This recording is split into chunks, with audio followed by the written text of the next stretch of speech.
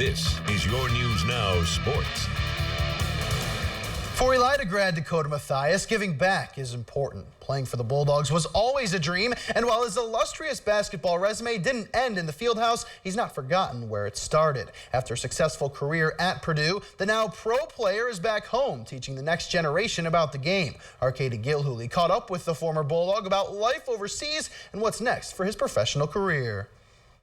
Elida grad Dakota Mathias spent his rookie season playing overseas in Spain, which of course was a bit of a culture shock upon arrival. Yeah, it's different, especially, the first week and a half, 2 weeks. It's a culture shock. It's different. You're in a different place. I don't speak the same language, but once you kind of settle in, I was fortunate enough to be in a good spot. There were a few other Americans that kind of helped me out.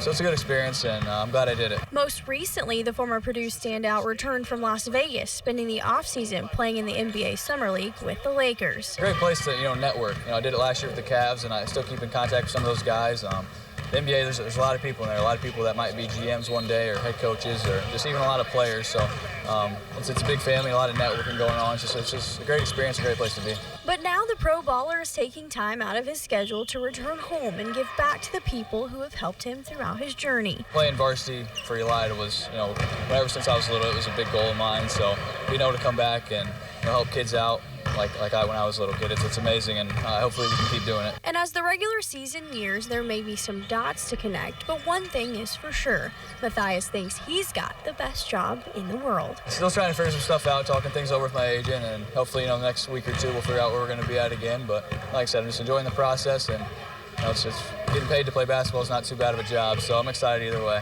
In Elida, Katie Gilhooly, your News Now Sports. Thanks, Katie. To the Diamond we go. American Legion baseball tonight as Pemberville meets Findlay in the District 1 title game. Top two, Pemberville pouring it on as with runners on the corners. They run a first and third play. The throw back home is way off target, allowing Cole Knopfs to score to make it 6-0 Pemberville. Still in the second, runners remain on the corners. Alexander Sierra gets a ground ball to second. Jonathan Duvall makes the play to end the frame, but Findlay couldn't get the bats going. Bottom five, they trail by 5 before Cody Ballier gives them life as he gets a hold of one into the right center gap. Levi Gazarek trots home from second as it's a 6-2 ball game. 2 batters later, 2 on for Ryan Stillings, but he's rung up looking. Findlay strands 11 tonight as Pemberville wins the District 1 title game 8-3, and they punch their ticket to the state tournament. To the Diamond we stay. Great Lakes League action tonight as the Locos bid to clinch the best record in the GLSCL comes up short with an 8-2 loss at the hands of the Muskegon Clippers. The one positive to come out of the game for Lima tonight is that Tyler Tolvey is now the Great Lakes League RBI record holder. His 7th inning sac fly was his 53rd RBI of the season. That is now a new GLSCL record. Meanwhile, in Galleon, the Mariners' bats explode as they plate 16 runs en route to a 16-6 drubbing of the Graders. Noah Thigpen leads the way with 5 RBIs on top of belting his 6th long ball of the summer. New Bremen grad Luke Vonderhaar added a pair of hits to go along with 2 RBIs of his own in the winning effort. Switching over to the football field as more college football award watch lists were released today. The Jim Thorpe Award for the nation's most outstanding defensive back sees Ohio State senior Jordan Fuller represented on it.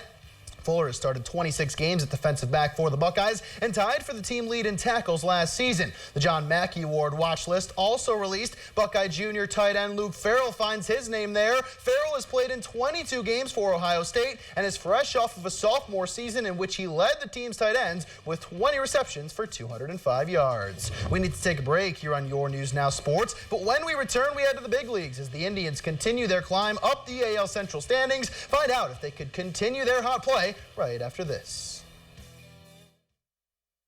The Cleveland Indians continue to put the pressure on the Minnesota Twins as they now sit just 3 games back of the AL Central lead. The Tribe are 7-3 in their last 10 as they hit the road for the first time post-All-Star break. A trip across the border for Cleveland, beginning a 3-game set with the Toronto Blue Jays. Top 2, Cleveland strikes first as Francisco Lindor smacks one back up the middle for a base hit. Jason Kipnis and Jake Bauer score on the 2-out base knock. It's 2-zip Tribe. Bottom 2, they play some defense as Vlad Guerrero Jr. grounds one down the first base line and into right. Tyler make-win range is over, and look at this bullet. One hop right into the glove of Lindor, who plants the tag to gun down Guerrero at second, and in the fifth, Cleveland would add to their lead as Roberto Perez rips one off the right center field wall. Kipnis scores on the RBI double as Cleveland wins it 7-3. Meanwhile, in Milwaukee, the Reds have lost 5 of 6. They begin a crucial NL Central series with the Brewers. Bottom 3, the Brewers strike first as with 1 on and 2 out, Yasmani Grandal smokes one off the wall in right. Christian Yelich on his force from second. There's not even a play at the plate as he scores this game in the top of the 9th inning, guys. Milwaukee up 5-4. All right, thanks, Pat. We'll be back with stocks.